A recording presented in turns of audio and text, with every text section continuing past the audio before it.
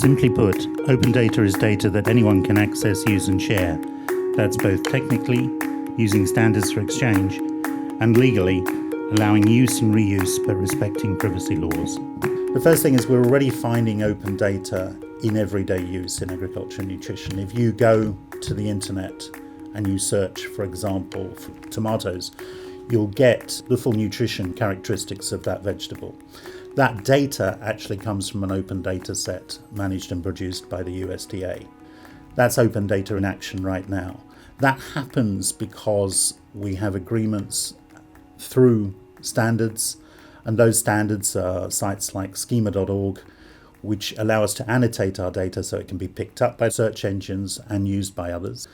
And then we've particularly acted on this in the Godan Action project, where we've been using VEST, a portal, to bring all these different vocabularies and approaches together.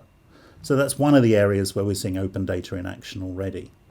So to deliver these big wins in agriculture, we probably have 5 areas that we need to look at.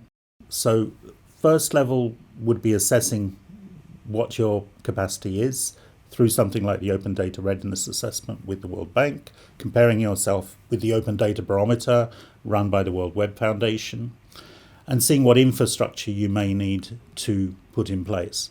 The second level is specifically for agriculture and nutrition, and to help with this, there's now an open data package that takes you through step by step of the elements that you need to approach to address that at the country level.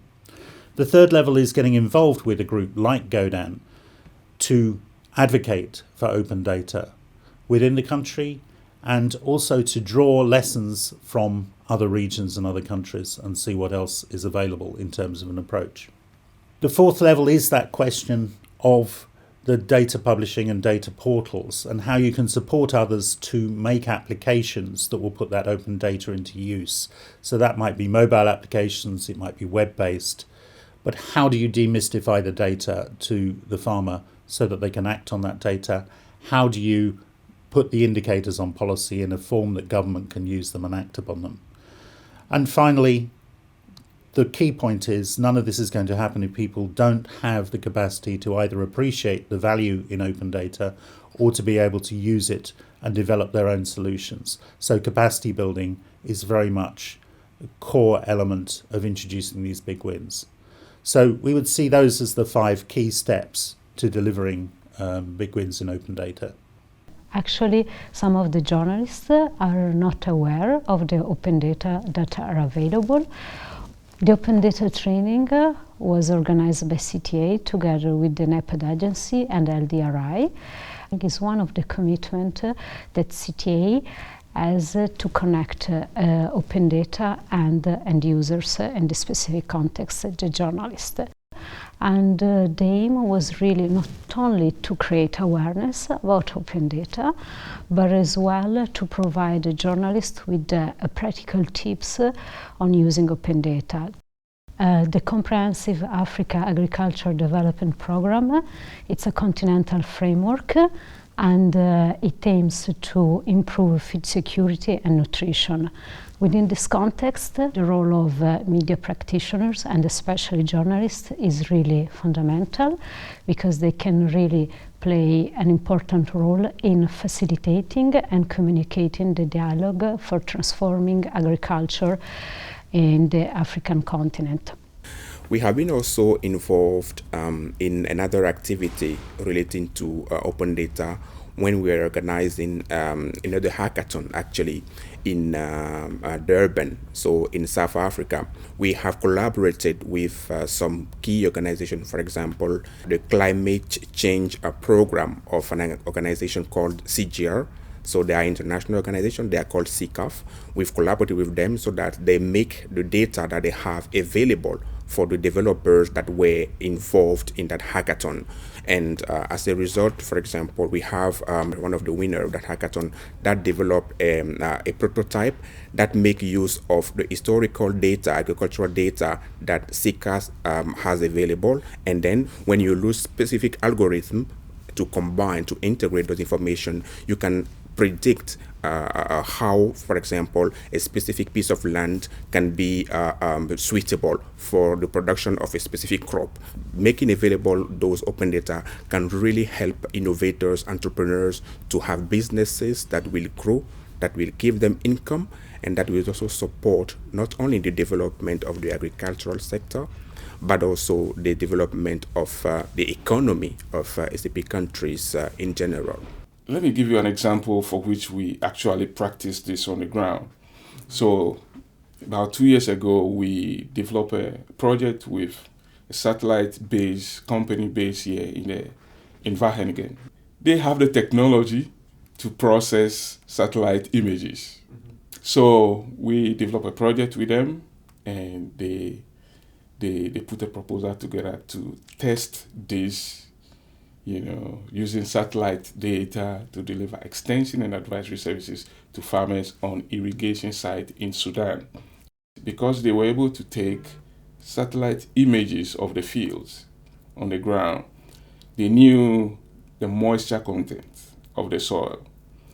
They were able to get the biomass of the crops that were growing, the color of the crops, whether they are lacking nitrogen or phosphorus or anything. Then based on that, they sent SMS messages to the farmers that based on the situation that we have found on your field, instead of 2 weeks irrigation, irrigate within a week. So they follow that kind of regime throughout the whole season, from planting all the way to harvesting. And the result was phenomenal. I mean, farmers reported 4 times increment in what they used to. So the next step as we look forward is combining this with real-time use of drones to be able to capture these images. The application of the use of drones within the agricultural sector is something which has been emerging over the past few years in Europe and the States, and proved to have enormous potential.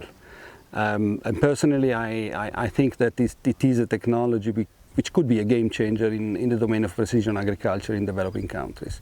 So we've seen how open data in the field can have a real effect on farming. Precision farming is now possible because those data sets from the international level through satellites and soil maps are being made available more readily in open data form.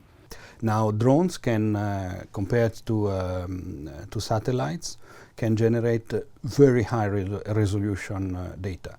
We are talking about resolution of 5 centimeters, 2 centimeters, 1 centimeter. So you can really see the insect eating the leaves of the plant, or really make differentials and identify parts of the crops which are missing nitrogens, parts of the crops which are stressed due to waterlogging or water deficiency, and also compared to satellites, drones can be flown below the cloud level. So while satellite imagery is limited by cloud cover, which is the case in many tropical countries, drones can be flown anywhere at your desire. And we started this activity about 1.5 years ago by creating a community of practitioners, now numbering about 500 people in 81 countries, all having interest in the use of this kind of new and, for me, game-changing technology in developing countries. So, the open data approach that we take is more about making data more democratic, so that people can use, people can access.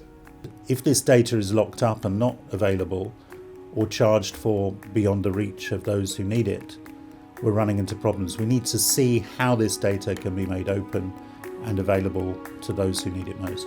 There is a big momentum now about open data, how much is important, that everyone can use it, access and share it. It's clear that open data is beneficial to agricultural stakeholders at all levels. Now the question is, what can you do to make this happen?